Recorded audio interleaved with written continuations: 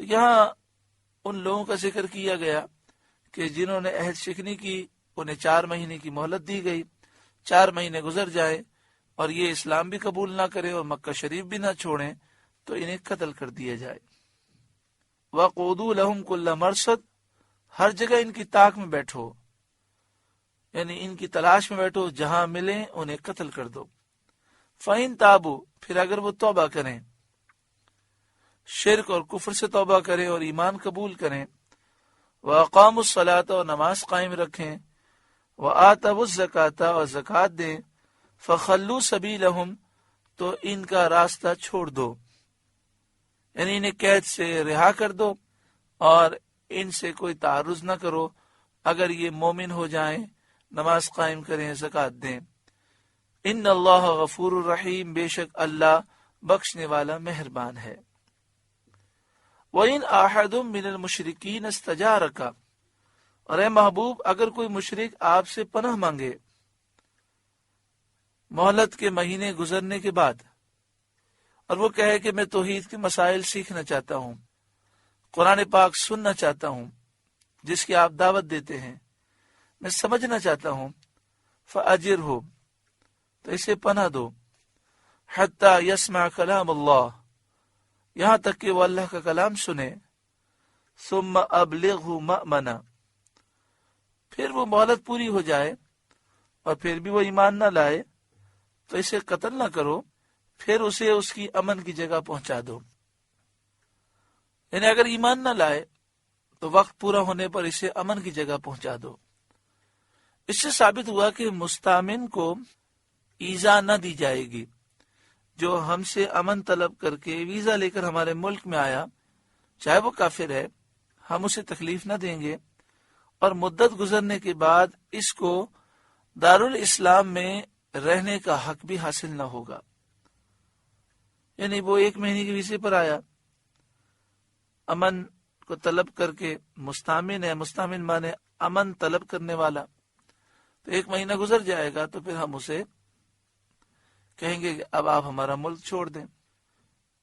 اسی طرح یہاں پر مسئلہ ہے کہ 4 مہینے کی مہلت تھی، اب 4 مہینے کی مہلت ختم ہوئی تو ہم نے کہا اسلام قبول کیا کہ نہیں؟ انہوں نے کہا ہم نے اسلام تو قبول نہیں کیا لیکن ہم سمجھنا چاہتے ہیں، تو انہیں تم اپنے پاس پناہ دو گے، اچھا کھانا دو گے، اچھے اخلاق سے پیش آؤ گے، قرآن پاک سمجھاؤ گے۔ جب وہ مدت گزر جائے پھر بھی وہ کہے کہ میں نہیں مانتا، تو اب اسے قتل نہیں کیا جائے گا بلکہ اس کو ملک سے باہر جانے دیا جائے گا۔ ذالک بانہم قوم لا یعلمون، یہ اس لیے کہ وہ نادان لوگ ہیں، اسلام کی حقیقت کو نہیں جانتے، تو انہیں امن دینا، وقت دینا حکمت کے مطابق ہے تاکہ اللہ کے کلام کو سنیں اور سمجھیں۔ سورہ توبہ کا پہلا رکوع مکمل ہوا۔ یہاں پر ایک چیز کی وضاحت بہت ضروری ہے۔ لوگوں کے ذہنوں میں سوال پیدا ہوتا ہے کہ ہم تو یہ سمجھتے ہیں کہ اسلام کافروں کو ان کے دین پر باقی رہنے دیتا ہے۔ اگر کسی ملک میں کافر ہوں، مسلمان ملک میں کافر ہوں اور وہ مسلمانوں سے معاہدہ کر لیں، وہ کہیں ہم آپ کو جزیہ دیں گے، وہ ذمہ بن جائیں، تو انہیں کافر رہنے کی گویا کہ ایک طرح سے اجازت ہو جاتی ہے۔ یہ لوگ سوال کرتے ہیں، وہ اپنے عبادت خانوں میں عبادت کر سکتے ہیں، اپنے دین پر قائم رہ سکتے ہیں، انہیں قتل نہیں کیا جاتا۔ لیکن یہاں تو یہ ہے کہ مکہ شریف میں 4 مہینے گزر گئے تو فرمایا گیا کہ 4 مہینے کے بعد جو مکے میں موجود ہے یا تو ملک چھوڑ دے۔ اگر ملک نہیں چھوڑے گا، 4 مہینے سے پہلے ملک نہیں چھوڑا اور 4 مہینے کے بعد پایا گیا تو اسلام قبول کر لے۔ اگر اس نے اسلام قبول نہیں کیا تو اسے قتل کر دیا جائے گا۔ اور باقاعدہ الفاظ ہیں فَقْتُلُوا الْمُشْرِكِينَ حَيْثُ وَجَدْتُمُوهُمْ، تو مشرکوں کو مارو جہاں پاؤ، وَخُذُوهُمْ، اور انہیں پکڑو، وَاحْصُرُوهُمْ، اور انہیں قید کرو، وَقُعُودُوا لَهُمْ كُلَّ مَرْصَدٍ، اور ہر جگہ ان کی طاق میں بیٹھو۔ تو اس کا مطلب کیا ہے؟ مسئلہ یہ ہے کہ مکہ شریف میں جو لوگ تھے جو ایمان نہیں لائے وہ باغی تھے۔ انہوں نے اسلام کے خلاف علم بغاوت بلند کیا ہوا تھا۔ دنیا بھر کا قاعدہ یہ ہے کہ کسی ملک میں بھی باغیوں کو مہلت نہیں دی جاتی۔ کسی ملک میں یہ نہیں کہا جاتا کہ آپ باغی ہیں تو ہمارا ملک چھوڑ دیں، 4 مہینے کے اندر اندر سوچ لیں، یا 4 مہینے میں آپ توبہ کر لیں کہ اب میں بغاوت نہیں کروں گا۔ یہ تو اسلام کا بہت زیادہ، اسلام کی وسیع النظری ہے اور وسعت ہے، وسعت قلبی ہے مسلمانوں کی، کہ انہوں نے اس کے باوجود اس قدر انہیں رعایت دی۔ اللہ تبارک و تعالی کا حکم نازل ہوا، نبی اکرم صلی اللہ علیہ وآلہ وسلم نے اسی حکم کے مطابق فیصلہ سنایا کہ جنہوں نے بغاوت کی ہے اسلام کے خلاف، جنہوں نے مکے میں رہ کر مسلمانوں کو قتل کیا ہے، یہ قاتل ہیں، ظالم ہیں، ان کی سزا تو موت ہے، لیکن انہیں مہلت دی گئی۔ پہلے تو مکہ شریف فتح ہوا، اس وقت سے مہلت دی گئی۔ 8 ذی الحجہ کو مکہ شریف فتح ہوا، 8 سے 9 ذی الحجہ 1 سال ہوا۔ پھر مزید 4 مہینے کی مہلت دی گئی، ذی الحجہ کے مہینے سے اعلان کیا گیا، اور ان باغیوں کو یہ کہا گیا کہ اگر ملک چھوڑنا چاہتے تو چھوڑ دو، اور ملک میں ہی رہنا ہے تو اعلان کر دو کہ ہم بغاوت سے توبہ کرتے ہیں، اسلام لاتے ہیں۔